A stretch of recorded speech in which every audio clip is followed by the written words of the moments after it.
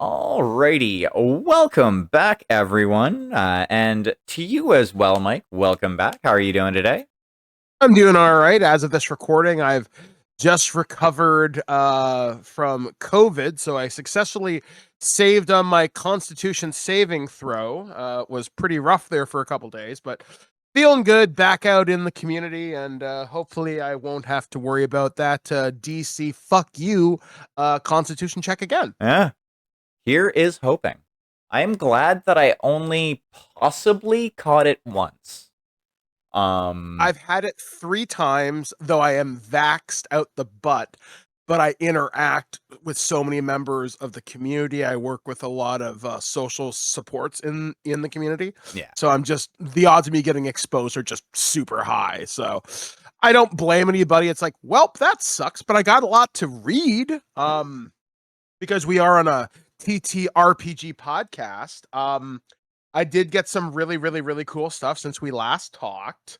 I did an interview with Jordan over at Hit Point Press. It's which, as of this recording, their Kickstarter for their Shift RPG should just be coming to an end. So that's this really cool RPG where basically you develop your own world. They give you the tools to. It's very much like an open sandbox. ooh, nice. It's super cool.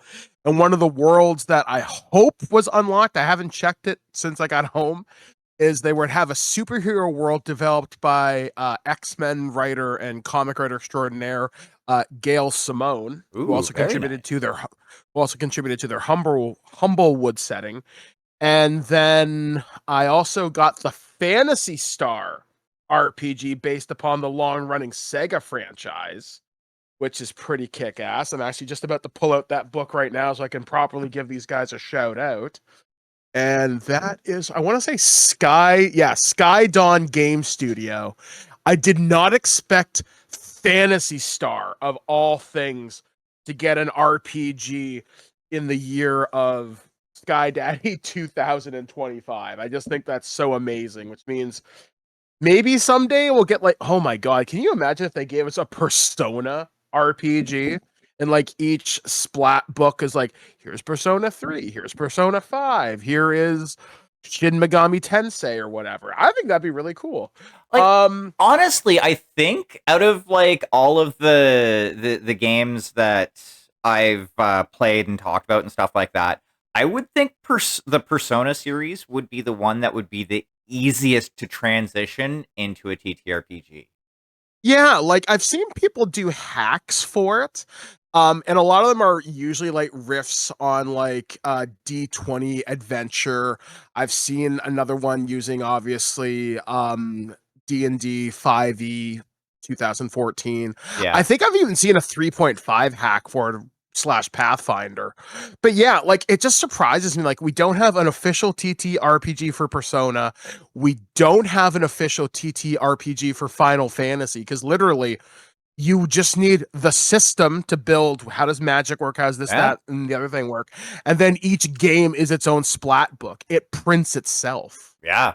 That's another one. Like that would be I think figuring out how the different class like making all of the different classes feel distinct, I think would be the hardest part of that one. Yeah. I mean, like you basically like your player's handbook would be like your job system. And then I guess your magic book would be like, how does materia work? How does junctioning work? And you could adapt it for different things. Like the cool thing about it is Final Fantasy could almost be GURPS, where you could layer what tools you want on top of it, which is, I guess, kind of like like the Fate Core system. You could Yeah. do something with that. Yeah, and I'm trying to think of what else I've been doing. I also got the newest D&D box set, Welcome to the Hellfire Club, which is sort of their second introductory box set in almost as many months. Keep on the Borderlands, or Heroes of the Borderlands, came out in like September, and Hellfire Club just came out like about a week or two ago. I just got my review copy. And now we have Heroes and Adventures in Faerun coming out in the next, as of this recording, I want to say in like a week or two. Wow. They did give They did give pre-order access to anybody who is on the master tier for D&D Beyond, and I got my press copy. Um, but yeah, it's an interesting time to be in this space because there's so much stuff coming out. Like there was a company that I was working with a little while ago, and they're called Evil Genius Games. And you know how we were just talking about how different RPGs haven't been licensed. Surprisingly, there is an RPG for The Crow, which is really cool. Rambo, Universal Soldier, Kong Skull Island, Highlander, which I've played a World of Darkness hack of Highlander. They're ridiculously overpowered. And like other really bizarre stuff. But I am getting way the hell off track because it is your show. What are we talking about tonight? So, outside of tangents, we tonight we're talking about our favorite monsters and adversaries. I think adversaries is a better word, especially with a couple of the ones that I have. But we'll get to that. We'll get to that. Each of us have picked 3 critters to talk about a little bit. And you know what? I would like to hear some of yours. Okay, so I guess for me, I'm sticking mostly with fantasy. You could maybe drop these into Shadowrun or like anything that has these type of monsters in their kind of universe. I'm gonna suggest a bonus round, but I'm gonna give you the entire show to think about it. Who's your favorite big bad evil guy? So think about that. I guess my first one I'm gonna suggest to you is probably the Medusa. In earlier editions of D&D, these things were fucking lethal. Save versus poison or die. It was not unusual for a Medusa to coat their arrows in their own blood, shoot you from like 120 feet away, and save versus poison or die, which I think is diabolical, and I love it. Obviously, they've been nerfed a little bit in further editions of D&D, even in some of the more deadly monster manuals, I think done by MDM Press. I think it's called Flee Mortals Flee is the book that's available. They are still remarkably deadly. I love using them because they're intelligent, and you don't have to use them like Clash of the Titans from 1981, where they're just all ugly and snakes and shit. I use them as criminal underlords, and I have them interact with people under the disguise of veils and stuff like that. And I'll make every opportunity to have them hide who they are. And because in their stat block, when you read it, it says their gaze only works if you meet it, which means if they're wearing something like technically the equivalent of sunglasses, you can technically protect yourself from it. So I see them as great potential villains. Like right now in the game that I'm running, this Medusa is running a poaching ring outside of a village, and she's trying to appease a colony of druids who will supply her with whatever shenanigans and shit that she wants. And they're also working with a mind flayer colony. I haven't decided how that's all going to work yet. My players don't know, and they're not listening. But the thing that really attracts me to the Medusa is I love the petrification effect. One of the things I've learned over the course of being a full-time DM in Dungeons and Dragons over the last year or two is armor class sucks and I hate it. I have one player who has an on-demand 28. I think his static is 23. So I'm like, how the hell do I hit that? And it's like, oh yeah, status effects. You've pissed me off now. And the amount of times I've had this player fail to spells like command or, suggestion or whatever has been pretty good. And the Medusa in our last session took out my hardest hitting player on the field and my most senior player. So he got the brilliant idea because he's like a warlock and I think a rogue mix of some type, maybe like he's a hexblade or something. Yeah. So he used his ability to get really up close to the Medusa and he used the command spell. I'm like, okay, that works.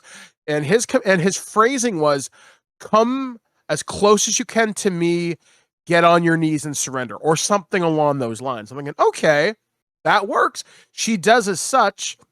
As she comes close, her gaze meets yours. I need you to roll a Constitution saving throw. He's like, what, why? I'm like, just do it. He rolls it. He fails. I'm like, well, did you fail by 5 or more? Yeah. You're petrified. Good night. What? I'm like, yeah, maybe you should have checked before you started doing stupid shit like that. Not gonna lie, big thing of satisfaction because this guy, I love him. He's my DM in my other game. He's my friend Peter, and he will hit you like a truck if you let him.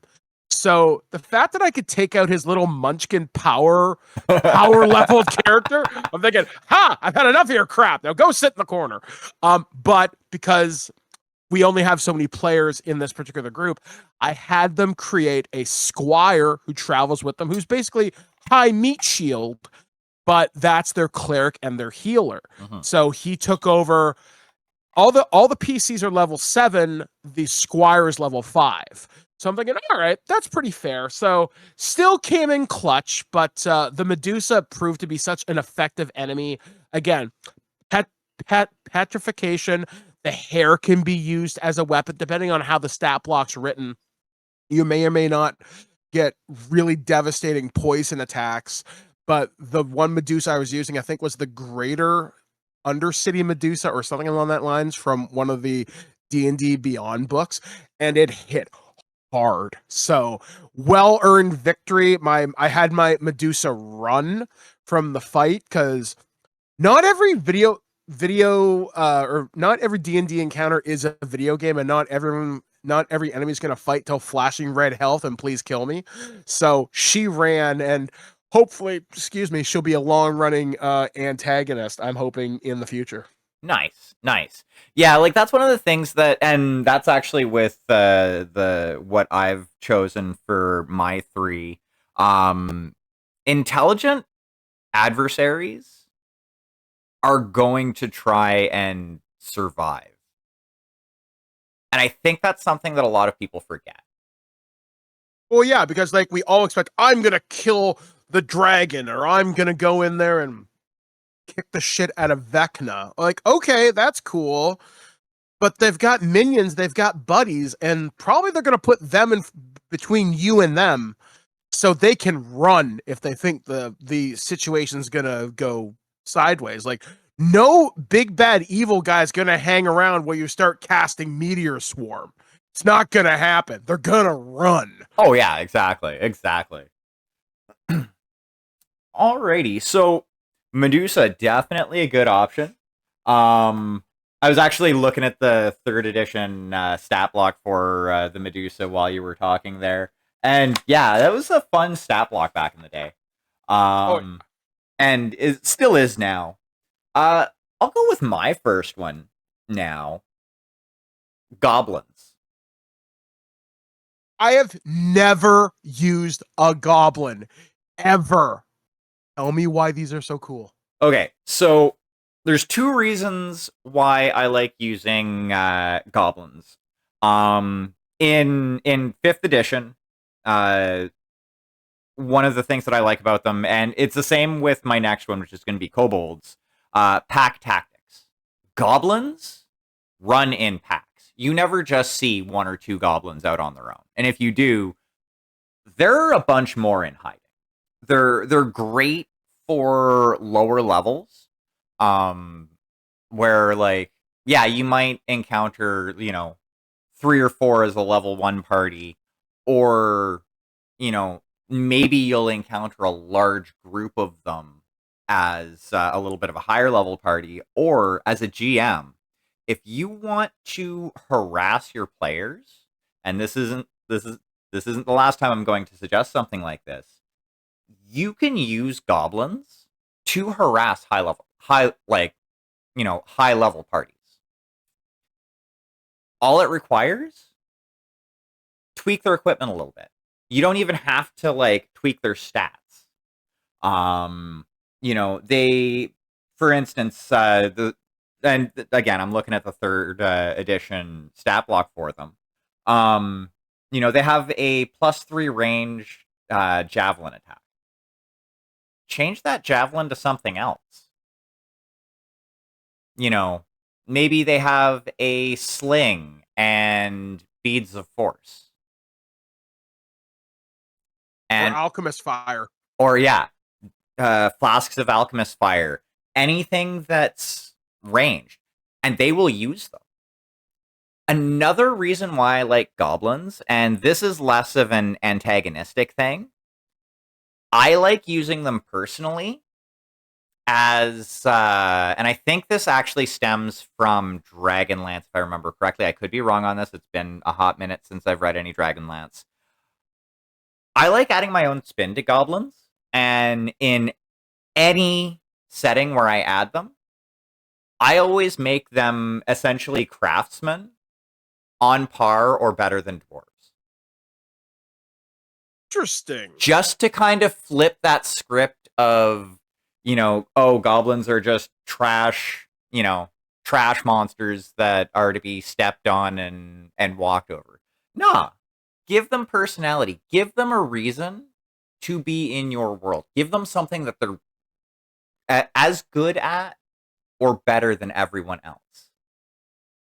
And what that's going to do is that's going to turn your goblins from, well, hopefully, change them from murder hobo fodder to something that could potentially be dealt with. You know what I mean? Like a low level. Let's as a for instance, a low level. You're doing a low level campaign, or you're just starting a long running campaign at low levels, and you have a little side quest on your journey where you stop in a village and they're being harassed by goblins, and you go to deal with said goblins, and it turns out maybe those goblins are just trying to get access to a mine that these villagers have so that they can craft something for their deity. Maybe they have been contracted by somebody else, and they need materials that are, again, being essentially hoarded by this village. And goblins are chaotic or neutral generally in most settings. I know in 3 and 3.5 they say usually neutral evil. I like running them a little more chaotic. So do most people, it seems. But like, you can use that to give them personality and to add to role play and world building with your party. Which anybody who's listened to more than one episode of this show would know that that's one of those things that we hold in high regard around these parts. But yeah, so that would be my first pick for monsters and adversaries that I like to use, like my favorite ones to add to campaigns. Okay. So my second one, this is a fairly new one to me, and this was I can't remember what YouTube video I was listening to. It might have been a Dungeon Dudes, but I don't think it was. It might have been somebody else.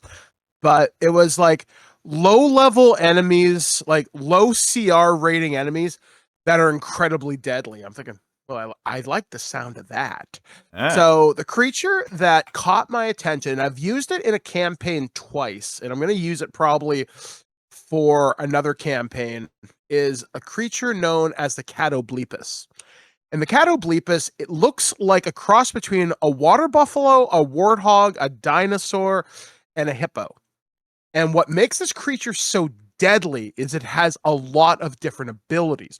First things first, it has a stench ability because this thing smells like an open grave. And if you get within 10 feet of it, I think it's a DC either. Let me check. I'm actually going to look at the stat block. The stench is DC 16 con save or be poisoned until the start of the creature's next turn. So that's not nothing. Being poisoned sucks. Mhm. Its next thing, it only has a +7 to hit. So again, that's not nothing. This is a CR3 creature, I'd like to point out. So 10 feet, so that's pretty good range. It can hit you for 5d6 bludgeoning damage, and you must succeed on a DC 16 con save or be stunned until the start of your next turn.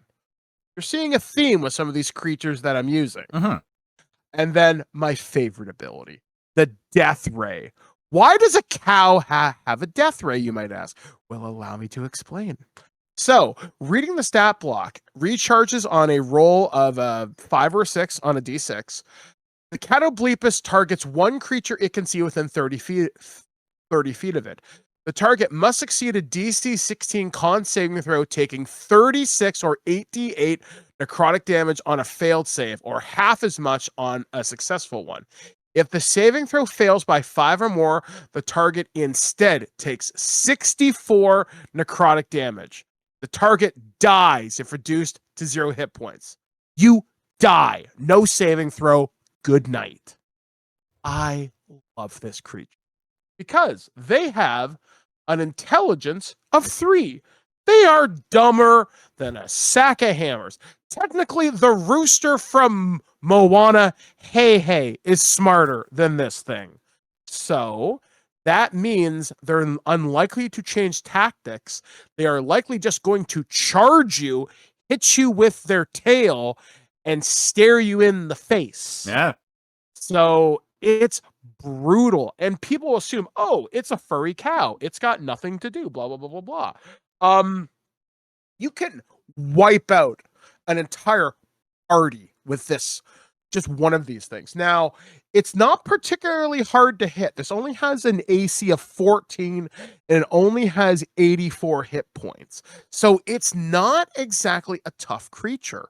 So what I did the first time I ran these things is I put 2 of them in a swamp, which is their natural kind of habitat.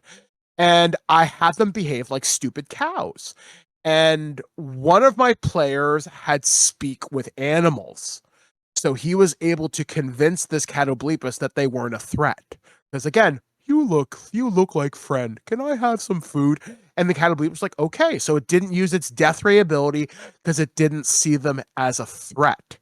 And when my players had role played through this scenario of talking to all these Catoblepus calves, they got through it. And the second I got them off that piece of the map, like, you guys realize how difficult a fight you just avoided? They're like, what are you talking about? And then I explained all the abilities. They're like, oh my God. I'm like, yeah, you could have had a real bad day. And again, just having that, but there's also some interesting lore built into these things too. There is a particular brand of cheese that is made through Catoblepus milk. However, if you go up on this thing and start, sucking on its teat like Tom Green and Freddy Got Fingered, you're going to die. So it takes a particular brand of blind monks to go harvest the milk from these things, and they can then dilute the milk with other milk like goat, horse, cow, and that dilution of all that milk and cheese develops something very, very, very special and very, very, very valuable, which then people can in turn trade and do all sorts of crazy stuff with. And I could even probably use it as an alchemical ingredient too, like Catoblepus cheese or Catoblepus milk might be incredibly poisonous. Yeah. So there is potential for weaponization. You could sneak Catoblepus cheese into a food hall, use it as an assassination weapon. Because with a spell like Prestidigitation, hey, you know that really gross poisonous cheese that you kill you in one shot? Man, it tastes awesome. So again, there's so many interesting things. And like I said, just looking at the lore that's built into these things, it's so fascinating because like such a simple creature, a beast, can do this to you. And it's the creature that nobody ever seems coming. Because again, how you describe this thing in its environment is what makes it so non-threatening. Like I said, if I just described to you there's a large water buffalo looking thing with the head of a boar just having lunch, you might think, oh, maybe I'll go up and pet that. Because anybody in a D&D game, when you introduce beasts, I find people are really disarmed. Like, unless you say you're fighting like a dire boar or whatever, there's always that one guy in the party who decides to be a smartass and goes to walk up to it. And you and I have lived around the internet long enough where we Yeah. always see the videos where people go to Yellowstone National Park in the United States and try to pet the water buffalo. And every single year, somebody gets gored. They don't Or necessarily die, but yeah. or something a little bit closer to home, the American tourist who decided to try and taunt a moose while they were in the middle of Yeah. a lake and didn't realize how big a moose actually is. And they can swim. Yeah. Yeah, it's shit that nobody thinks of. And having creatures like a Catoblepus, it's something, again, it's something your average D&D player has never encountered. I think the video that I learned about these things referenced, I think one of the Critical Role campaigns used this as an enemy. And as much as I dislike the idea of Critical Role, I don't dislike the world they've created. I dislike how they play it. That's a story for a different day. But yeah, I find the Catoblepus to be an amazingly cool enemy and one you should definitely drop in on your players because a moo cow with a death ray, you don't see that every day. No, you do not. And yeah, that definitely that does sound rather awesome to use. So I'm gonna move on to my second one, and I mentioned it during talking about goblins, but kobolds, and honestly, similar reasons to goblins. Um, they are they're as intelligent as the average human being, which is something that people don't seem to utilize, I find. And they Mhm. don't generally play them as being as intelligent as the average human. But like the at least in 3 and 3.5, they had intelligence 10. And 10 or 11 is the average human score for any stat. So like, look to your left and look to your right. They're as smart as your average kobold or goblin. Let that sink in for a second. But seriously, so, that being the case, they're not going to necessarily fight to the death. They're going to try and, make up for what they lack in stature with numbers because quantity is a quality all its own. And again, just like with goblins, they can be used to threaten even like level 20 parties. Give them a few magic items. If you're playing 5th edition, use pack tactics. Have one or two kobolds attacking, getting right up in the party's face. While, you have 5 or 6 other kobolds shooting from behind rocks and little murder holes and prepared positions. I find with kobolds, I like using them as essentially guerrilla fighters, where they're gonna draw you into their traps. They're gonna, make you think you have the advantage, and then all of a sudden, what's this? We're surrounded, and they're dropping boulders on us now, which is something that you can use that to disarm high level parties because like once your characters get to level 10 plus, a lot of times they're going to start thinking they're invincible. Oh yeah, like because they always assume, oh, I can shrug off a D8 or a D10 or a D12 Yep. because like at that point martial weapons almost become useless because okay, at most you're swinging what 2D12, maybe a +5, or I could drop a fireball on you at level 6. Right? Yeah, Like exactly. magic becomes the ultimate weapon. Or if you're a fighter by level 10, what you have like 4-5 attacks minimum. It's insane. Yeah. So you have to get creative, and by using kobolds as guerrilla fighters, I love that idea. Like a friend of mine in his game, he used kobolds. Again, he would change out some of their kind of weaponry, kind of like use it just with goblins.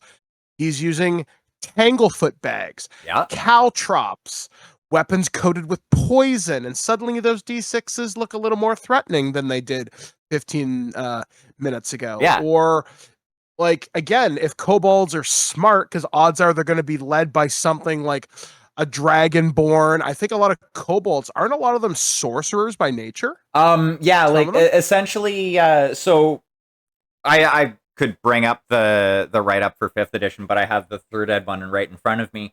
Generally, if they have classes, they're going to be sorcerers. Their leaders and like their higher ups are usually sorcerers, and I know in 5th edition, they kind of changed it from 3rd and 3.5. But I know in 5th edition that they usually a lot of times end up working for like, or well, working for, I guess, is doing a little bit of heavy lifting there, but working for dragons and Yeah. like worshiping dragons and stuff like that. So like a lot of times, yeah, you're gonna come across kobolds that are probably gonna have levels in sorcerer or essentially sorcerer like abilities if you're just pulling them straight from the monster manual. Hmm. Another thing that actually I was gonna mention that would be a good way to use them. And your little like with talking about your friend there, and you know giving Hmm. them caltrops and stuff like that. A band of kobold assassins that use poisoned weapons and again guerrilla tactics to take down their targets. That would be an awesome like low to mid level adversary to go up against for like a side quest or even as part of the main plot. I Um, think even by default, kobolds do they not automatically get a cantrip of their choice, so they are never without any weapons in theory? I would have to actually look that up. I know they don't in 3rd, but in 3rd edition there aren't really any cantrips. Um, Mhm. but Because I want to say they might get like firebolt because of their draconic kind of lineage, which in which case, guerrilla fighters that are never truly disarmed would make not just amazing assassins, but saboteurs. Imagine them taking out bridges and other vital infrastructure yeah. in like a city or a town. Like, I'm going to go poison the water supply. I'm going to blow the bridge. Now, suddenly that village is cut off. So for 5th edition, their basic like going on D&D Beyond here. Their basic stat block, they do not actually get any spells for the basic Okay. kobold. Okay. Now I know there is a flavor of kobold that does get magic. I Hmm. can't remember the exact name of it right now, but like basically they a lot of them apparently like if remember thinking back, because I actually have a couple of the like one of the minis um for this. Like I got a pack of a bunch of kobolds and it had like some of the special ones. They basically like craft wings to make themselves look more like dragons. Well, that's cool. Yeah. Um but yeah, like and like that's the thing, like with pack tactics and stuff like that. It gives them advantage as long as at least one kobold is within 5 feet of the thing that's being attacked. And they're not incapacitated. So like you have, like I said, like maybe your level 10 party is going up against a group of 15 kobolds. That sounds like the level 10 party is going to mop the floor with them. However, you have kobolds that are darting in and out, and you know you can have your monsters use some of the like actions that your players use, such as disengage and things like that. So like you have 5 kobolds darting in and out of combat while you have another 10 kobolds who are hiding hitting the party with sling bolts. Hell, if guns are a thing in your fantasy world, or you're playing in a more modern setting, maybe they have like Sniper single, rifles. well, sniper rifles, even basic firearms, because basic firearms are still going to do a decent amount of damage, especially when you're rolling with advantage. Oh yeah. Like Um, it would be devastating to get a group of these guys, and you don't even have to give them sniper rifles. If you gave them a blunderbuss, a really shitty Renaissance era shotgun, that's going to do a lot of damage up close, especially if they're all sticking close together. oh yeah, Here's a wall of lead. oh yeah, exactly. And again, just like with goblins, if you do go the route of, say, having a band of kobold assassins in your world, maybe the party can get an opportunity to deal with them to take down a threat of some sort. You know, you give the party a choice, like, okay, so these two things are happening right now. You really only have time to deal with one of them. Mm-hmm. However, there's this group of assassins that you know about from past dealings or rumors that you've heard or whatever. You know, adventurers come across a lot of information in their travels, so it would be easily justifiable for a GM to be like, yeah, this is a known quantity in, you know, this world. You will have heard about them. You know, this group of assassins. They're, you know, they're a thing. They're always looking for work, and they're willing to work for whoever wants to actually pay them. Type deal. Maybe you save one of them. Like maybe you have your party the opportunity to save one of these assassins mid mission. Type deal, and you then have the ability to give your party, you know, a small group of allies that'll do a favor for them, and maybe come to their aid in their time of need or something like that. Mm-hmm. Or if the big bad in your campaign is a dragon, maybe they can help you out with that, provide you information, or even negotiate if that's the way your players want to take it. Like, so just like with talking about goblins, what I like about kobolds is the versatility that the base creature has, because you can do so much with them, and the limit is basically how far you want to go as a GM. Yeah, because like a lot of people assume kobold goblins, they're mooks that are going to die in one or two hits, which is true. But when you start running up against these guys in numbers with equipment and tactics, like one of the rules I play with me and my friend Peter, because we co GM the game from time to time, is our enemies should be smart. Our players are supposed to be part of a mercenary unit. Now, my friend Peter does have a law enforcement background. I just read a lot of military type shit, and my brother is former Canadian Navy. So we talk a lot. So applying those military real world tactics can make a creature really, really, really dangerous. And you can even look at stuff in the real world with people who didn't necessarily have the most advanced weaponry, but they were tenacious fighters. You think of the fighters in Afghanistan in the 1980s when they were supplied weapons by the U.S. Yeah. Suddenly, the Mujahideen, or I can't pronounce it, but they had amazing tactics because they knew how to do it. But then you gave them really cool shit, or the Viet Cong during the Vietnam War, Yup. or any guerrilla fighter from South America. Hell, even the drug cartels. You look at how they fight. Like, you can turn little guys with less than 2 hit dice into an amazingly effective force if there's 5 or 6 of them, and each of them is focusing on a different specialty while they're trying to take down fucking Conan here. Yeah, exactly. And like that's also an opportunity to give your players pause. Like especially if you want to give, essentially have a living world where violence isn't the only answer.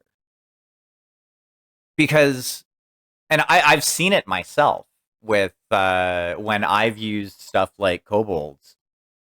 When they start actually acting like intelligent beings, your players will start to question their tactics more, and they'll start to consider other other ways of resolving the situation. Because if they see that brute force isn't going to work, hopefully, or brute force won't always work. Hopefully, they'll see that maybe soft power is the way to go sometimes. Maybe, we're not the good guys in their story. Maybe they have a reason for what they're doing. And that can create such a compelling story, even if it wasn't one that you as the GM planned. Yeah, like it's nice to see players encounter creatures that are more than, oh, that's Boblin the Goblin or Kevin the Kobold, right? Like make your creatures that are doing this thing like because we've talked about them often as guerrilla fighters. That means these people probably have relationships Yeah. or they see themselves as a unit. Maybe you just killed the unit's demolition specialist and maybe he was really close with one of them. That buddy might come looking for you. Hell, there's no law saying that because you kill all these creatures that, like I said, have less than like 2 hit dice, there's a creature called a Revenant. That can come after you real hard. And once you kill that guy with only 1 or 2 hit dice, that's awesome. He'll be back again tomorrow. Yeah, like you've just created a reoccurring enemy because you just decided that maybe I'm just not going to talk to this guy. And I'm not saying you can talk your way out of every fight. That's not realistic or necessarily fun. Yeah. But you really have to really think about your tactics. And like we've said, not every enemy fights the flashing red health. Yeah, exactly. Like I hate how, at least in my experience early on, I really feel like this has shifted in the last 10 years or so. That RPGs are now, they're less video gamified, yet they're more video gamified. But I'm seeing more DMs treat their encounters as more than walk into this room, kill everything, go on to the next room. And yeah, like I'm really pleased to hear your experience to make your enemies more of a reactive and thinking force as opposed to here's a stone wall, here's a hammer, break through it. Yeah, like because that's one of the things that I personally have always found is kind of boring is the whole okay, yeah, every encounter is going to end up being it's going to end up just being a fight, whereas sometimes you need to think things out and maybe talk things out. Maybe you need to actually strategize to get past, the Maginot line of goblins and kobolds that you have to fight, that you have to get through. Mm-hmm. Maybe you need to sneak past them because of the party's previous antagonistic actions towards said tiny beasties. But yeah, it's one of those things that's I like doing that because, like I said before, it adds more to the world and it makes things feel a little bit more plausible. I guess is the best way to phrase it. Let's say so to pick up the ball. My third entry into our favorite bad guy du jour is the doppelganger because every party loves a good dose of paranoia, don't you? But we've all seen this play out in movies. We've had the the T-1000, the Thing, even to maybe use another more less obvious example, the Black Oil from the X Files. Yeah. The advantage of a doppelganger, it is pure mindfuckery, because if you read the stat block and you really get into it, the doppelganger can read your mind from 60 feet away, constantly running the spell Detect Thoughts. It has an Huh? immunity to having its alignment read. And there are parts about the anatomy. Again, I'm pretty sure I heard this on a Mr. Rex video or another D&D lore type channel. Evidently, what makes doppelgangers so deadly is they study you for a really long time, and they're really hard to spot. And it's not just, oh, that's not Bob anymore. He's not answering my questions like he should. If the doppelganger's any type of smart, and it should have studied Bob for a really long time, knows his routines, knows his relationships. And if he's smart, he's kept the real person alive and said, you're going to tell me everything, or I start cutting off fingers Yeah. or whatever, right? Like, you make these things diabolical. I found out by reading into some of their lore. I don't know whether it's consistent across all of D&D, but doppelgangers don't sleep. So depending on how you run your doppelgangers as part of a infiltration, you could just, hey, that's Bob. He got up early and he's making us breakfast. That's cool. He's just being really helpful because he never slept. Yeah. Also, when a doppelganger changes its form, it looks like it has a natural high armor class because it can't mimic certain clothing. So it hardens its actual flesh to look like scale mail or whatever. Again, I may be getting that detail wrong, but I've played using that detail, and my players are like, well, why doesn't Bob take off his gear? I don't know. That can't be comfortable. All right, whatever. And again, doppelgangers don't sleep. So again, it's all in how you decide to play out the adventuring day if they're being followed. For some reason, Bob takes the first watch or the last one, and there's just enough ambiguity that you can play with it. And because using a doppelganger, there are other versions of them called greater doppelgangers or Mirkin, which can do a lot more than your standard kind of doppelganger. Because I think the scenario that everybody uses them in is you go to the inn, you find the most handsome barkeep or bar maiden or whatever, and you go upstairs, fade to black. For some reason, when you wake up, you've now been replaced by a doppelganger, and your party's gonna have that guy with them until they can inevitably come and rescue you. And again, if you know how to play mind games with a doppelganger, you can mess with your party for months Mm-hmm. at a time.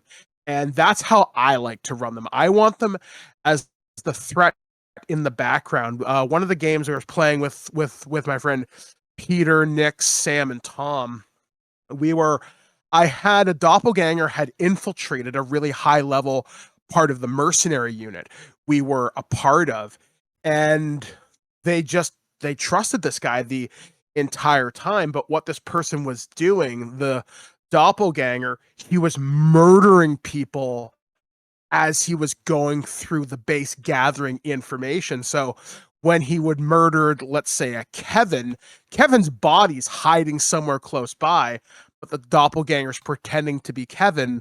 So when the players come back, like, oh, hey, Kevin, he's like, hi. It's like, oh, I got to go out on mission. So I'll be back in a couple of weeks. I'll see you later. So he's setting up alibis as he's murdering people, and my players never caught on. Nice. So by the end of it, they had made an alliance with a mummy lord that I turned into a friendly NPC, kind of. And the doppelganger was brokering a peace because the doppelganger said, hey, I need certain enemies killed. So I'm going to pretend to be this representative of this mercenary unit, get the mercenary unit to talk to this mummy lord to get something that the party wants. And then basically he's masterminding this whole thing in the background. So everybody's in theory working for him, and they don't know it. So at the end of the adventure, the PCs come back to their barracks. Everybody's dead except for the main NPC who is the leader of the unit, and he's been mind wiped. He's just catatonic in his office. And I'm like, okay, guys, I want you to roll a perception check and roll me a couple of investigation checks. So they do it, and in the outhouse, they find the body of the guy who he's been impersonating the entire time, who was the really friendly cook NPC. And they're like, what the fuck? How long has this been happening? You don't know. And they've told this guy everything. And they're like, oh, Mike, I fucking hate you. I'm like, yeah, I know. And how do you know they're not among you right now? And they're like, oh, shit. Because I talk with my players in private messages in between sessions. Yeah. And I throw a code word down. If I don't get the right code word back, you've told somebody.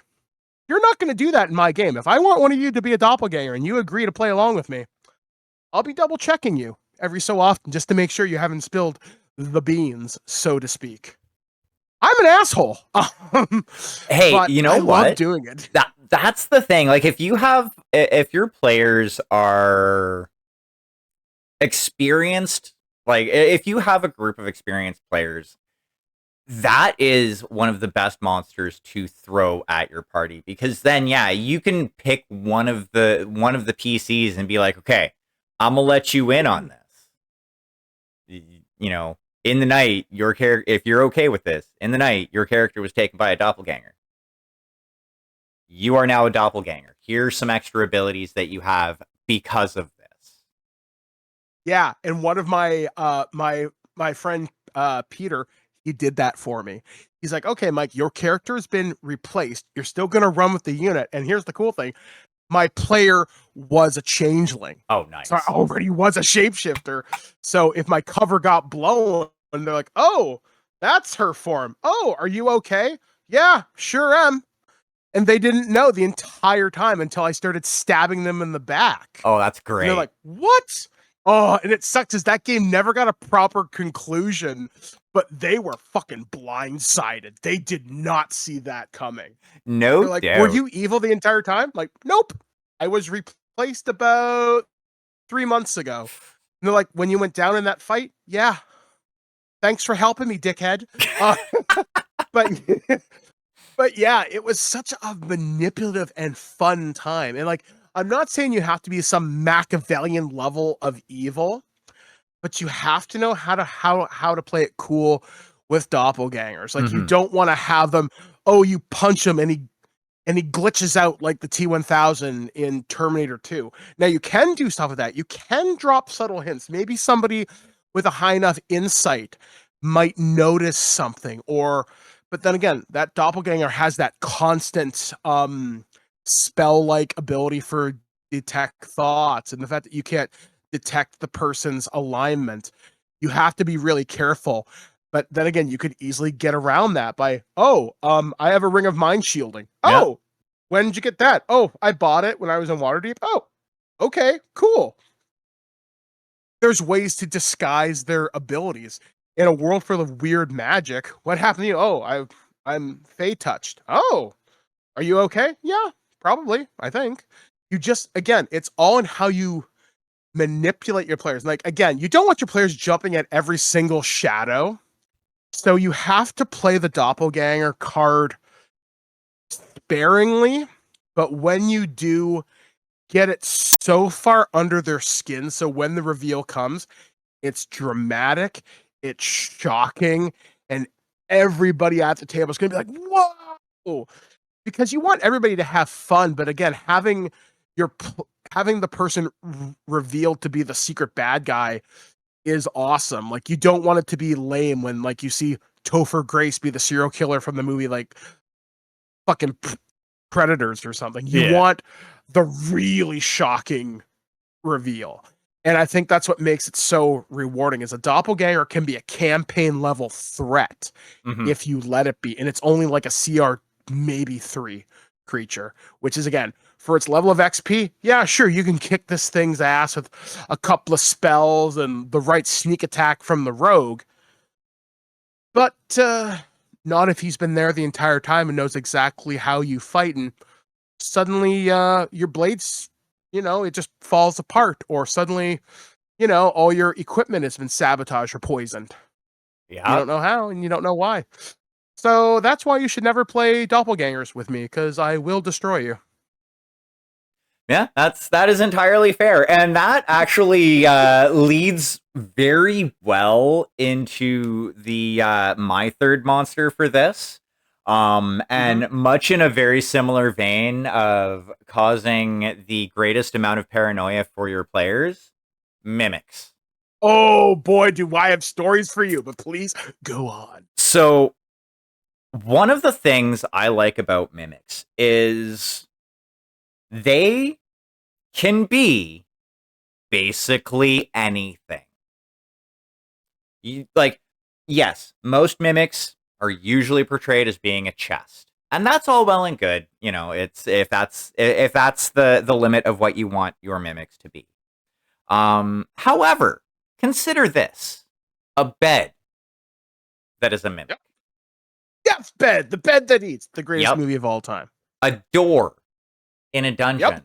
One of the things Shit. that most people really don't think about: equipment. Yep. A shield as a mimic. Actually, funny thing about that is I actually wrote up a stat block for 5e for a hold on. I think I can find this. I think it was a giant, like a flavor of giant that was basically, it had a mimic as a shield. Interesting. I like that. Yeah, I'm trying to find it. There was a Kickstarter recently, or maybe it was one of the prize. Yeah, I think it was D&D Shorts just did this amazing charity thing called Power Word Meal. Really clever. And one of the prizes was a pirate ship that was a mimic. And I'm thinking, that's really fucking clever, because it's just a vehicle. It's just a ship. It just happens to be a really fucking big mimic. Yeah. Which is totally a thing. But yeah, hiding mimics as everyday objects is astounding, because again, if you go into the lore of the mimic and read about how they react, they're they're not necessarily, they are carnivores or omnivores, like they'll eat whatever, but they're smarter than you think. Yeah. So how I've run mimics is, again, I've done, the chest is too obvious. The door, not as obvious, but kind of. So I had my players go into a bar and they're seeking refuge from the night. Things go well. The bar is full of patrons, everyone's having a good time. What they don't know is the entire place is covered in mimics. So the big mimic was the door, because you're not getting out that easy. I put a giant mimic in the kitchen. It was the stove, because part of the thing you can do is you can reflavor parts of the mimic, because you mentioned equipment. One suggestion I've heard is you could have a mimic take a thing that looks like a sword. You could have that sword look like a flame tongue, where it just happens to do fire damage rather than something else. The mimic is waiting until you fall asleep to kill you. So when my players went into this bar, the door was a mimic, the stove or something was a mimic in the kitchen, but the tables were mimics. And the most diabolical thing that I did is a mimic can be really small too. Mm-hmm. Most of the beer steins were small mimics, and one of them was even a mimic was a cork in a wine bottle. And Nice. one of my players, Nick, was like, "You're an asshole. That was borderline not fair." I'm like, "Oh, did you not know that these things are creatures and they'll work together to hunt?" Maybe I'm like, "You're a level 8 Twilight cleric. You can hammer my shit until the cows come home. You just had to fight smart, and you did. I just happened to outsmart you because I read the stat block." And again, mimics, as you've mentioned, like hell, think about this. A mimic who's on the ceiling, not unlike a roper, but hiding as a stalagmite or a chandelier or part of a trap. Yeah. Like imagine the only way to disable the trap is you got to touch that lever. That lever will take your goddamn arm off. So there's so many sadistic things you can hide. And again, you could be carrying a mimic in your backpack. Oh, I found this awesome scroll. You don't know. Like there's so many interesting ways because a mimic won't just attack you. It's going to wait until it's the most opportune. So, hey, I just got this awesome necklace. It's worth $500. That mimic's going to turn around and turn your head into spaghetti. It's going to eat you. And yeah, you can turn clothing into mimics. Why not?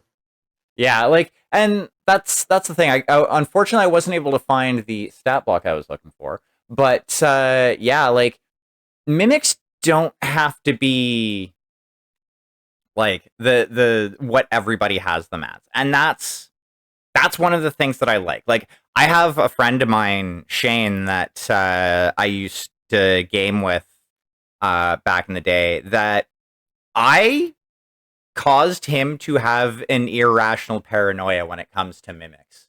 Like, he automatically, just because like I love to use them in the most unexpected places, and I've yeah, it's at the point where like if he's gaming with me, he assumes if I'm running things that there's going to be a mimic somewhere.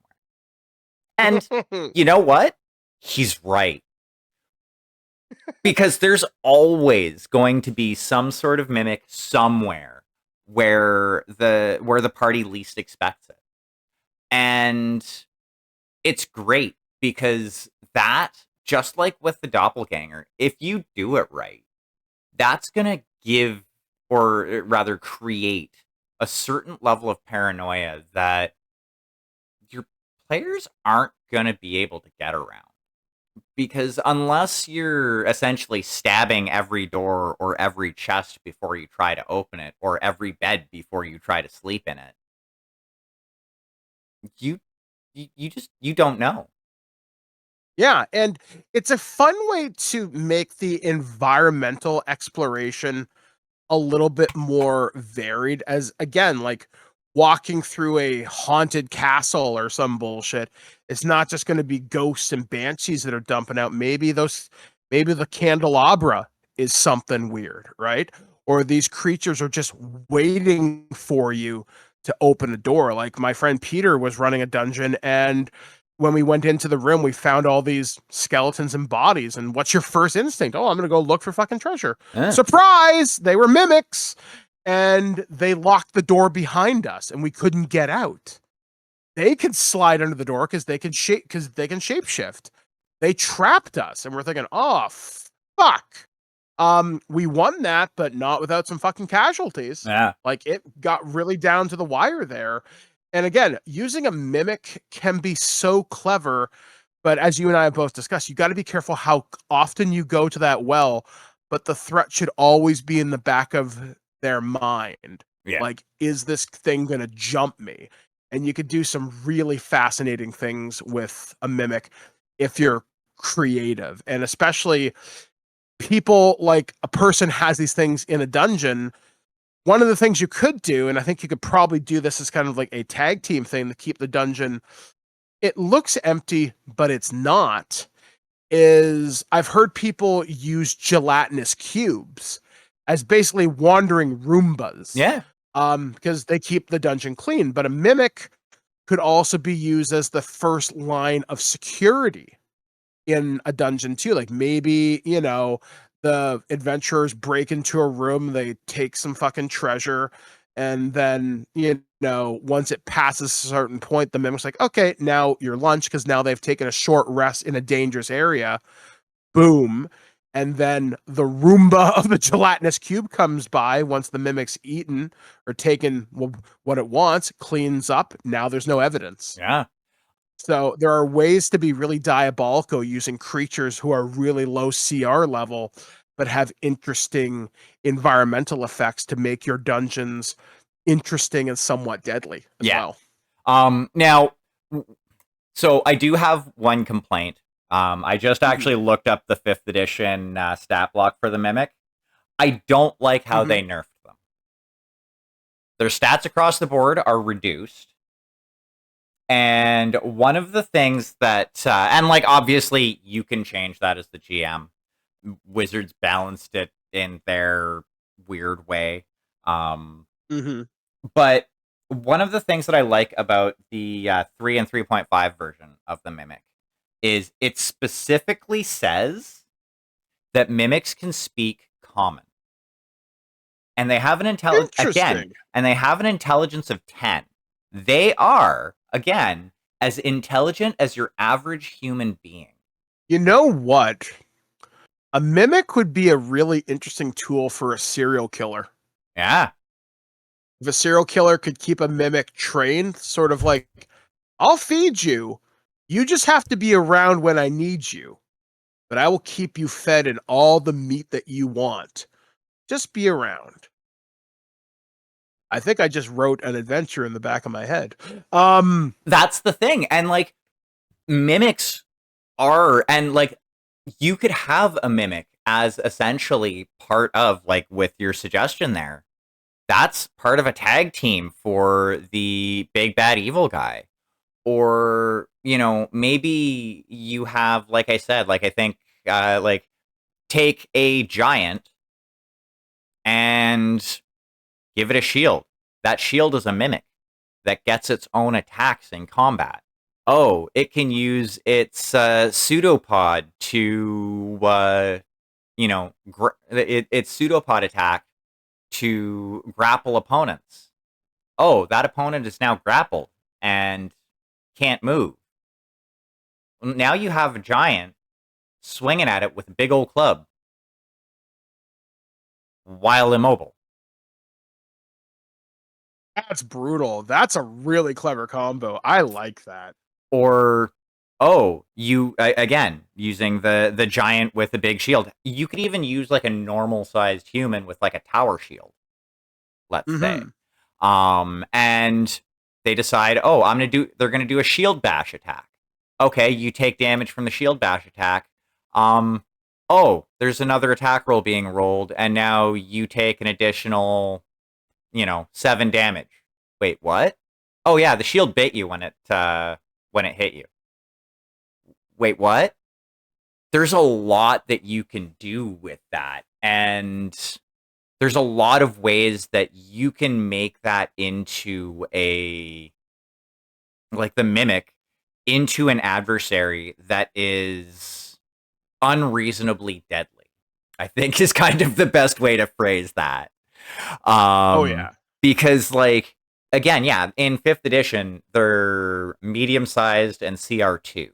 They're weenie. Mhm. Like you're talking fucking what? 58 hit points, according to D&D Beyond.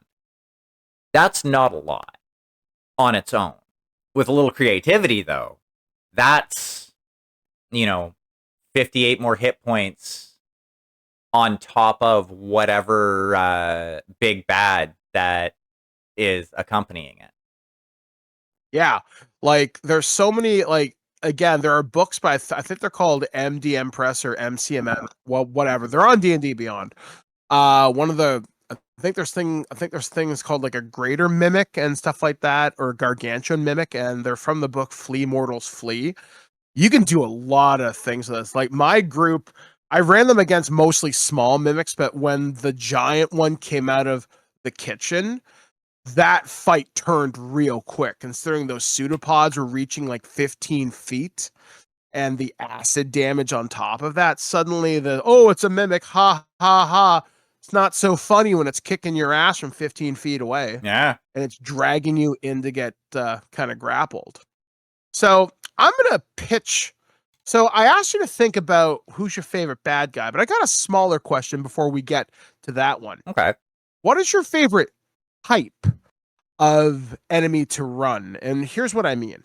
My favorite type is to use undead because I am a fucking horror guy, if you haven't guessed. I love using zombies. I love using skeletons, weird shit, ghouls, ghasts. mostly because they look awesome. I love scary shit. And I discovered one enemy this summer, which may be my favorite type of undead, and it's called a Bodak. Mm-hmm. And a Bodak also has that instant death ability that I'm so fond of. But the cool thing it also has this death field around it. Which means once you've been dropped to 0 hit points from its death gaze ability, it deals ongoing damage no matter what. 5 necrotic, no matter what. I think, and I don't even think you get a save. I think it just happens. So this creature is a double threat because if it drops your big paladin or your cleric and it just moves past it, it takes damage no matter what, which means that's 2 failed death saving throws in a row. Mm-hmm. Suddenly, this thing is dealing tremendous amounts of fuck you damage, and it's not even having to do a thing. Plus, its death gaze attack is, I think it's like 60 feet, so it's got some pretty wide damage on it. On top of it, so yeah, undead are my favorite things to run, but I always forget. There's usually some asshole who's either a paladin or a cleric, and they can nuke me if it's under a certain CR level, which honestly makes your players feel awesome when they present their holy symbol or their amulet or whatever, and they use their channel divinity. It's a really cool and dramatic moment when this stuff happens. You should never rob your players of this. But players should also be afraid of undead, because one of my favorite ones I mentioned before was a ghoul or a ghast. They have the ability to paralyze you. And being paralyzed in D&D means any hit against you is a crit. Yep. That can wipe your ass out. Now, if you have adamantine armor on top of that, that will save you for a little while. Yeah. Because they could still hit you. You just happen to eat around the tin can. So there are ways to do that shit. But I love using undead because they've got so many cool abilities. There's another creature I love called a Spawn of Chris, and it just has the ability to throw this worm at you. And you're like, big deal. It's fucking 1 point of damage. Who gives a shit? Problem is, once it burrows under your skin after 1 round, it will do 2d6 damage until you either cut it out, burn it out, and if you don't, you die and you become one of them. Yeah. Enjoy. Oh, yeah.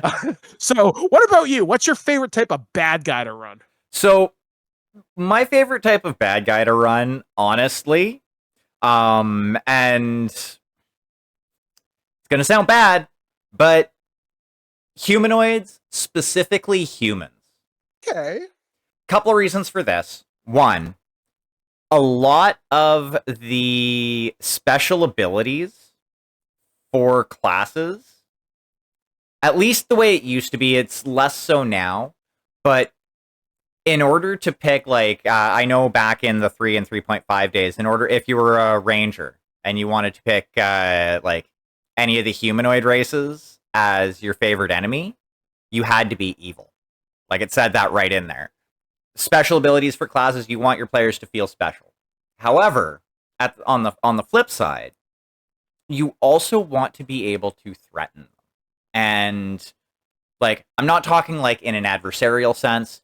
I'm talking in more of I want my players to not be one-trick ponies.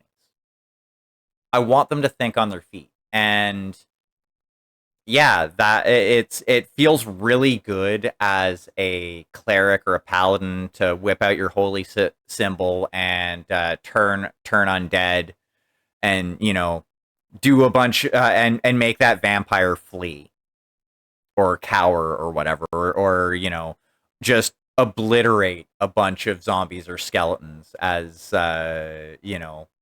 your faith in your deity or however you want to flavor it overwhelms them. That's awesome for your players. But what's also awesome for the story is when you can put your players on the back foot and make them think creatively in order to get around the problem. And I find with humans, you can do that a lot easier. Also, it's really fun when you do the bad guy in disguise. We've spoken about this a couple of times on the show, where you're all of a sudden you do a bunch of quests for this big muckety muck in town, and all of a sudden, oh yeah, they were the bad guy, and you just helped the big bad evil guy of the campaign. What are you gonna do about it now? Type deal. I've used that to both in like as soon as they deliver the MacGuffin for the adventure, the person sending them on the quest removes the mask and is like, haha, you fools, you've helped me all along, and now I'm going to destroy the world. I've also done the slow burn where they don't realize it until like halfway through their next adventure.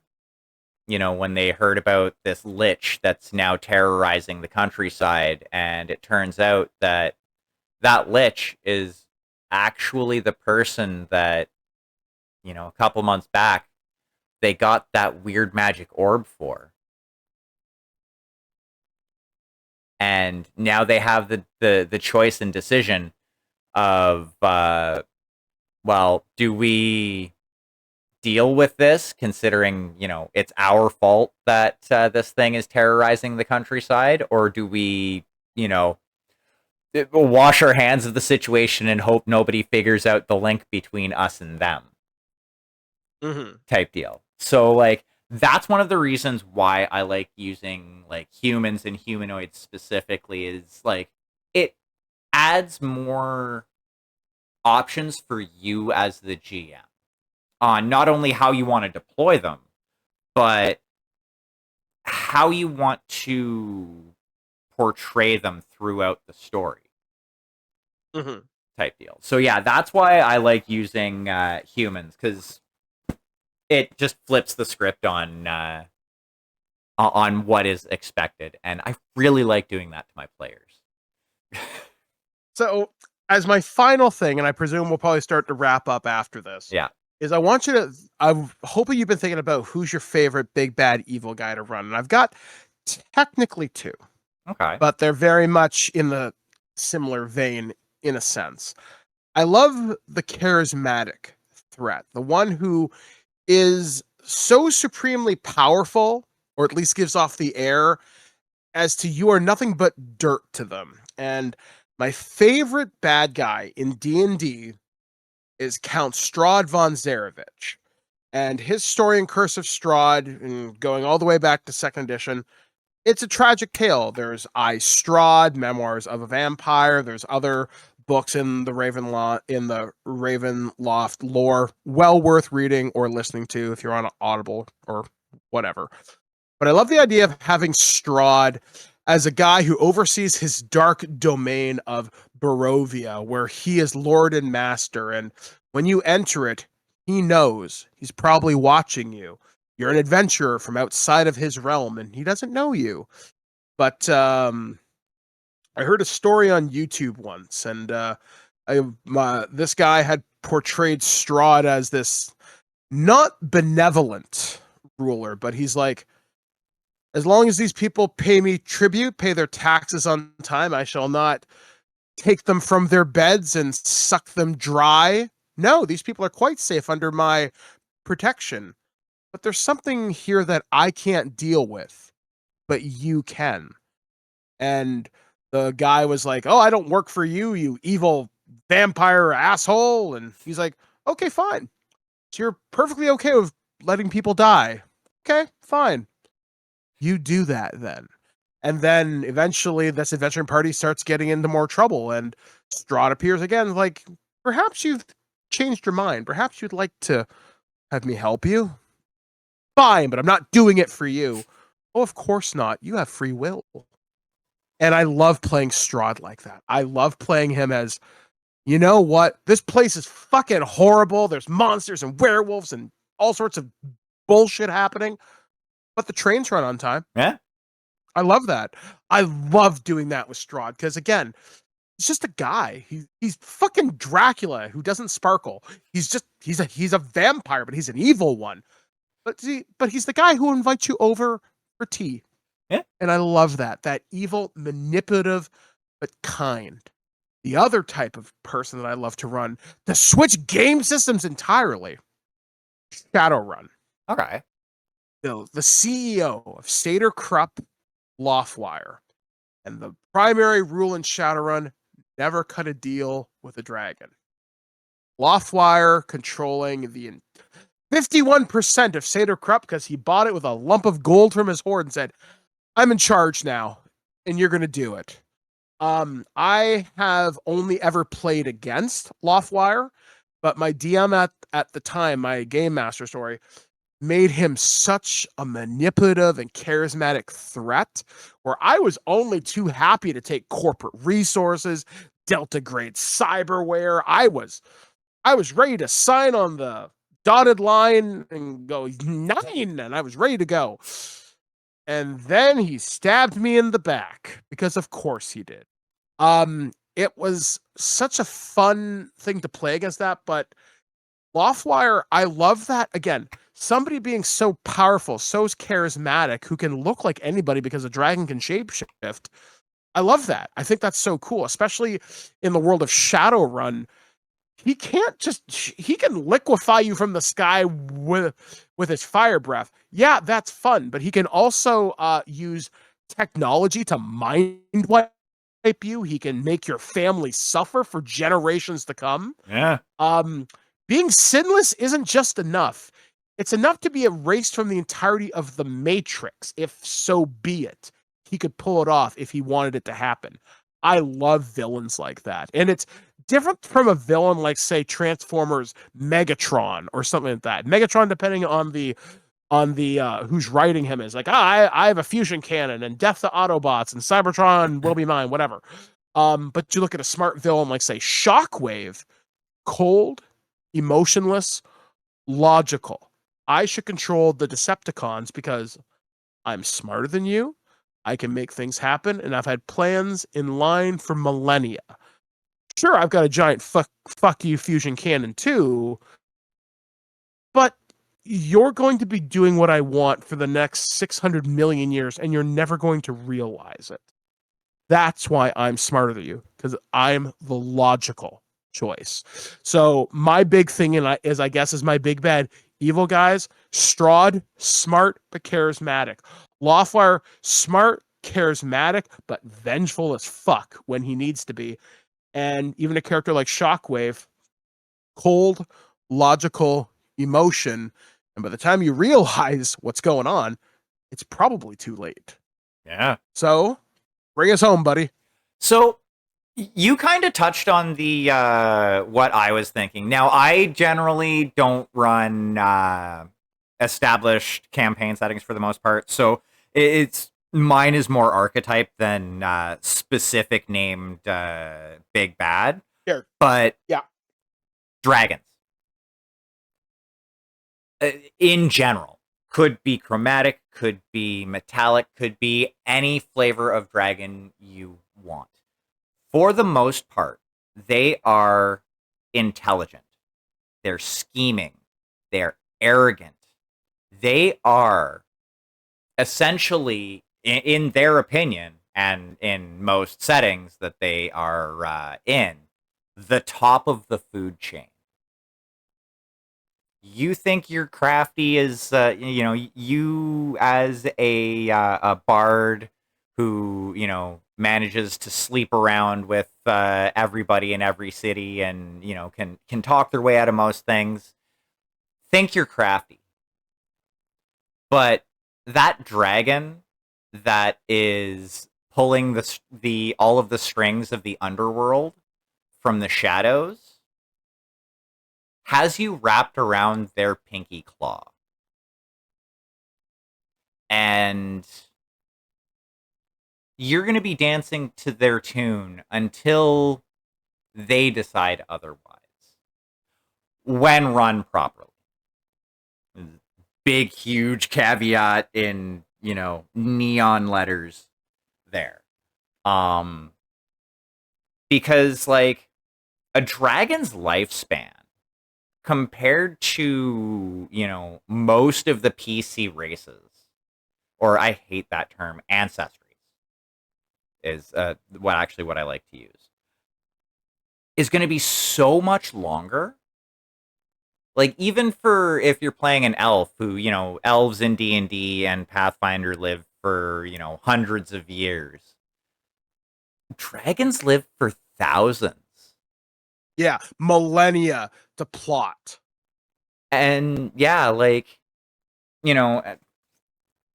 opening up my third ed monster manual here again to dragons, like a wormling for basically any dragon, except I think white dragons, because they're the less smart out of the chromatic dragons in 3 and 3.5.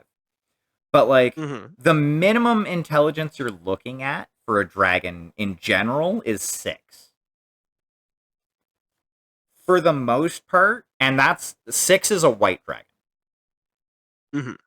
Wormlings of basically every other flavor of dragon are anywhere from 8 to 11. So your wormlings are as intelligent as, a somewhere between a teenager and your average adult. When you get to, the real threatening level, you're looking at 19, 20, 21. Hell, a green actually, let's go red. A great worm, red dragon, has an intelligence of 26 in third edition. Obviously, they Jesus Christ. yeah. Yeah.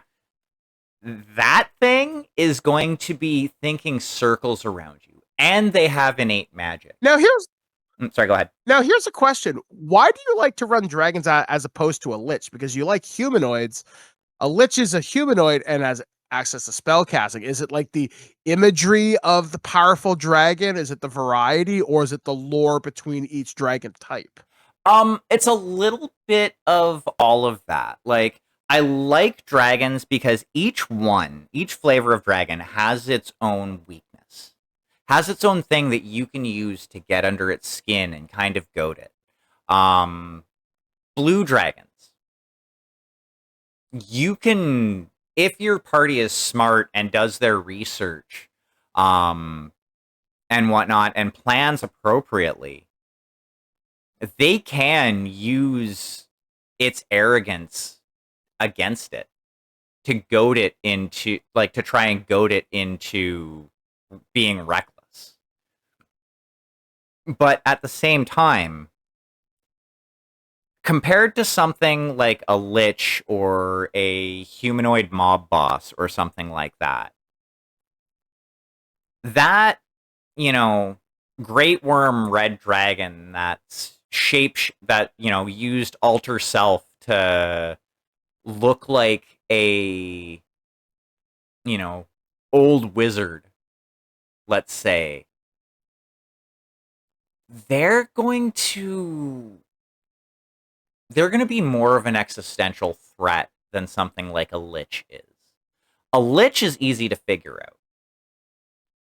A human is relatively easy to deal with in, at the end of the day. They generally have a limited number of hit points, and, humans don't have a lot of innate abilities. Like, yeah, you can give them legendary actions and stuff like that. If you're playing 5th edition, you can tweak them and give them gear. But you can do all of that and more with a dragon.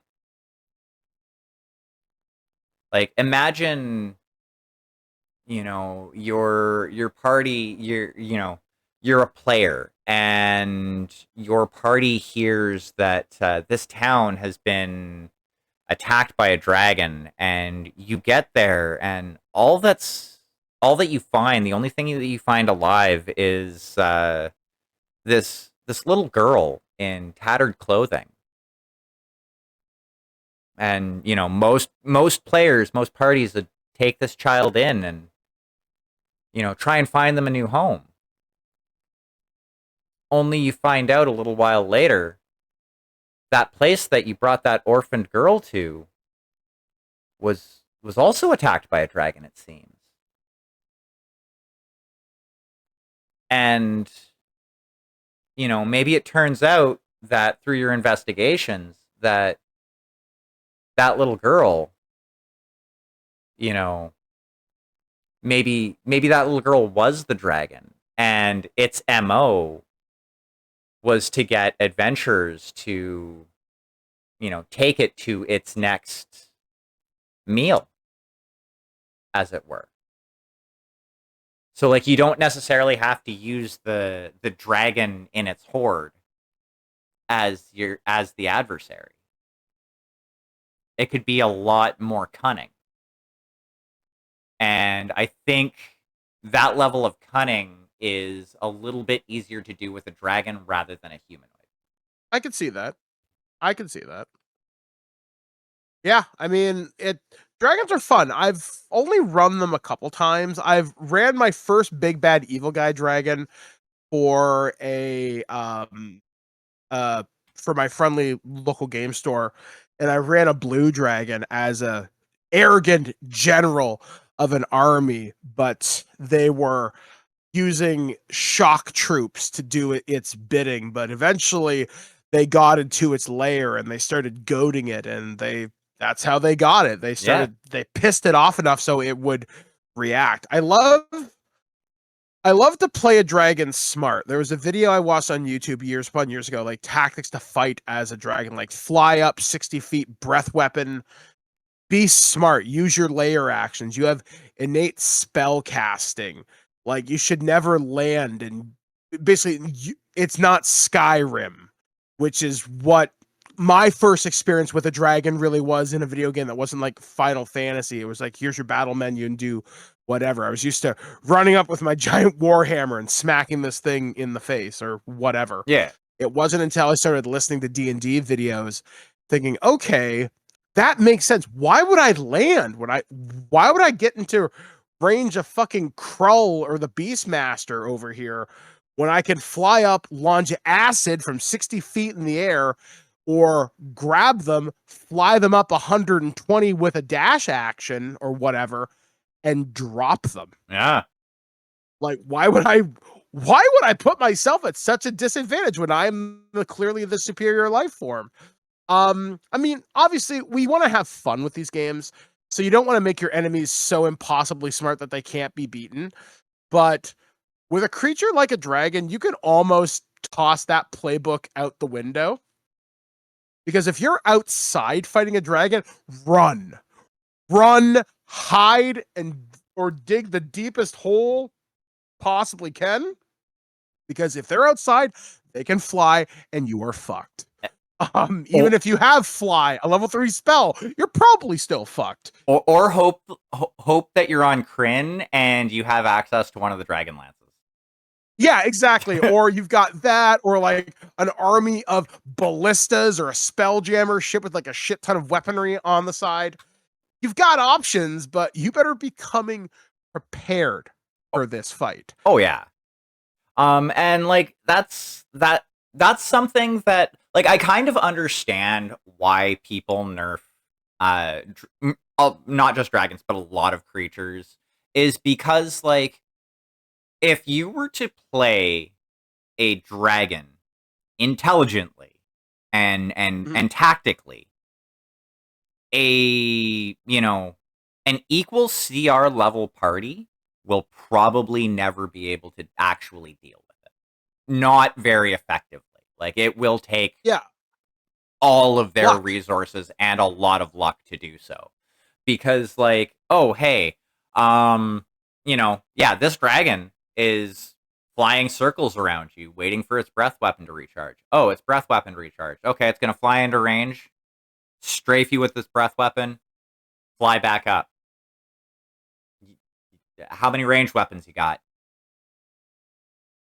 Type deal. Like, oh, it's gonna this white dragon is gonna hit you with its cold breath and is going to try and ambush you. Now, white dragons are a little bit more straightforward because they're portrayed as the dumbest of dragons, but like they're still going to act in a way that's going to preserve their life because even the most unintelligent animal is going to doesn't want to die type deal. So like yeah, it's that balance between playing them, realistically and letting your party feel like a bunch of badasses. It's a fine balancing act for that, and I think a lot of people try to err more on the side of letting their players feel like badasses. Yeah, like I want my players to any victory they get over a significant bad guy should feel earned. Like when my players fought my Medusa, I really thought she was gonna die. But when the tables got turned, I was like, well, fuck, now I can actually have this player run so I can have a reoccurring bad guy. And a dragon's a great person for that, because if a dragon has been wounded below like half of its hit points, some of them might see if they can finish the fight, but a lot of them are going to be like, you know what? It's time to rethink this. And they're going to come back later. They're going to be more prepared. Mm-hmm. And odds are they're going to bring reinforcements that you don't see coming, like our aforementioned doppelgangers or mimics or some crazy bullshit. Oh, yeah. They're going to have plans. They're going to have resources that you don't. And that's the cool thing. And if you're attacking them in their lair, you better have brought the Terminator or the Doomslayer with you. Because that's about the only way you're going to win in that particular environment. Because a dragon will know its lair inside and out. It'll have lair actions, legendary resistances. It's got more than your two-handed greatsword that's maybe dealing +5. Like, it's got options that you don't. So I love dragons as a campaign level threat, or at least a really good mini boss. I had a group of 3 level 12s against 1 adult blue dragon. And they won, but it was luck. One of my players was a spore druid, and I did my lightning breath, and in one attack, I think I dealt like 85 damage. If she didn't have her hail of spores up, which gave her a blanket 45 extra hit points, would have roasted her alive. Oh yeah, no doubt. I love how deadly dragons can be, but they can also be campaign patrons as well. Mm-hmm. Like they can be friends to the party. Like I'm actually very surprised. It's been done in homebrew. I've seen like I want to say the Dungeon Dudes did it, or maybe D&D Shorts did, but I know one of them made a dragon a warlock patron. And I'm really surprised that's not official D&D canon. Because that would make sense to me. Like these ancient worms, like, hi, can I have some of your power? Sure can. But you're going to work for me until you die. All right, cool. You know what I mean? Like if any dragon could like tap the power of the universe, it's going to be a creature that is literally divine in nature, which a dragon more or less is. Yeah, like that would actually be really cool. Like I would love to see like if I was to run 5th edition again, which I highly doubt. I will play it, but I don't think I'll ever run it. I would love to see a player say, you know what, I'm going to be a warlock, and when time to pick their patron came around, I want Bahamut or I want Tiamat as my patron. Yeah, because that shit's awesome. Oh yeah, and like imagine just imagine that. Like you're running in a party with a warlock and they haven't told you who their patron is, but all of the sudden it turns out that their patron is Tiamat. How's that going to affect the party cohesion? How's that going to affect the inter-party drama? Like maybe you as the GM want to use Tiamat as like the big existential threat in the campaign. How is your warlock character going to square that? Like, are they going to try and get out of their path? Are they going to try and, maybe flop sides and find a new patron? And if they do, what are The penalties yeah, for that. yeah, you know, what sort of risk are they taking? Is their new patron going to trust them? Type deal. Like it opens up to a lot more fun. Like hell, maybe your warlock that has either Bahamut or Tiamat as a patron starts to look more draconic as they gain levels. Yeah, like what do your packed boons look like? Stuff like that. Do you have new dragon specific invocations, not just like devil sight or beguiling speech or whatever? Yeah, Maybe you get the ability to get wings or a breath weapon. No one expects Tim the gnome to start throwing out a belch of acid or exactly. whatever. Maybe you start growing scales and you get, +1 natural Natural armor. armor. Yeah. Like 1 AC isn't a lot, but at the same time, it is. Yeah. So like there are so many interesting things we've talked about tonight when looking at our favorite bad guys, possibilities, everything from your goblin with a javelin or, the doppelganger of your wife who suddenly, puts a spike between your like ribs. And obviously dragons and fucking Dracula and all this crazy shit. We've talked about a lot of cool stuff tonight. So I'm really glad we actually did this show. This was a lot of fun. We could have done it's a lich, it's a beholder. We all talked about something I don't think that gets necessarily a lot of love. Like maybe the doppelganger for me might have ended up on some people's lists, but I don't think the Catoblepus and the Medusa would have appeared. And you made a really compelling case for kobolds and goblins for sure. And mimics, while overused, use them differently. Yeah, I think exactly. would probably be the advice tonight. Yeah, like it's use your monsters creatively and remember they're not dumb. Like some of them are. Like the intelligence 3 creature is probably going to fight to the death. An intelligence 8 to 10 creature? Hell, even if they're intelligence 5, they don't want to die. They're going to try and preserve their life. And I think that's something that more GMs should kind of lean towards. And hey, if any of you who've listened this far have any want to talk about or suggest your favorite critters for games you've run, there's a comment section below. Please let us know. I would love to see it myself. Same here, very much so. So yeah, we don't know what we're gonna talk about on next show. Me and Damien usually just throw together ideas on Discord, and we usually decide like a couple days beforehand. So I'm sure next time will be just as entertaining.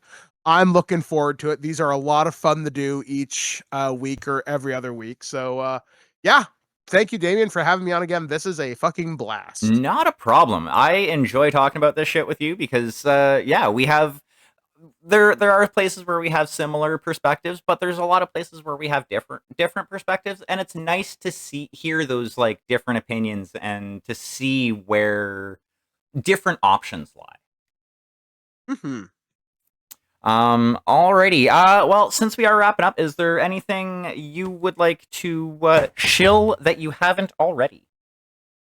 Okay, well, since we are just a couple of days out from Halloween, I did do a Halloween special with James Rolfe, aka the Angry Video Game Nerd, and my friend Enrique Couto of Weekly Spookies and recent Horror Hall of Fame inductee. We talked about Halloween traditions, and I think it was one of our best shows we've done for Halloween. I've actually been doing the show with James for over 15 years. So I haven't even had friendships that long. So that was kind of fun. Also, we're preparing for holiday gift guide. We're looking at a lot of new video games and products right now. So we'll be talking about those. Obviously, if you are looking to check out some of my books. Star Trek Adventures Second Edition is currently available, and I just recently contributed to the Star Trek Second Adventures 23rd Century Campaign Guide, which is available in PDF with print coming rather soon. So be on the lookout for that on the Modifius website. And I most recently did an interview with Jordan from Hit Point Press talking about the Kickstarter for Shift, which as of this recording should be wrapping up in the next couple of hours. I'm hoping it'll go over the top and they reach all their Kickstarter unlock goals. I backed it tonight at the super level, so I'll be getting a deluxe box set and all sorts of other crazy shit later on when that goes to print. And I'm looking forward to creating my own World Spark, which I'm doing as part of the novel writing November. I'm developing a couple of new ideas for it because I haven't written anything this year that wasn't Star Trek, and I need to get away from Borg and phasers and try something out a little bit different. Nice. As always, I will try to put as many links in the description as possible. For myself, if you're watching this, you know where to find me. I stream a little less regularly on Twitch, but I'm going to be fixing that as my work schedule gets a little bit more stabilized. Obviously, you can find me here. I'm also on the Daniel's Dread Tales podcast, where we do horror TTRPGs. We're an actual play podcast. It's fun times. We're currently doing Trail of Cthulhu. My first character in that already died. He went crazy and opened a portal to space. It was a great time. But as one does. Oh yeah, exactly. Well, like it was actually a funny situation because I was like pretty much at the end of my stability rope, and I'm like, okay, so we're gonna try and get out of here, and I just completely failed my I used the last of my stability up, and I'm like, okay, well, I guess my character is done for, and I can, do one more action that is destructive to myself and or others. Yeah, so this escape plan that we had, my character's altering it a little bit and opens a black hole to space. And the GM is like, "Are you ending the campaign right now?" I'm like, "No, not necessarily. This is like the other the other players that are still alive can figure out a way out. My character's gone." Yeah, I'm taking the front door. Yeah. It was a fun time. I'm now playing an alienist in that campaign. It's great. But yeah. Anyway, I should stop my rambling. And I want to thank you all for listening in and watching wherever you may be. And I hope you all have a great day ahead. Cheers.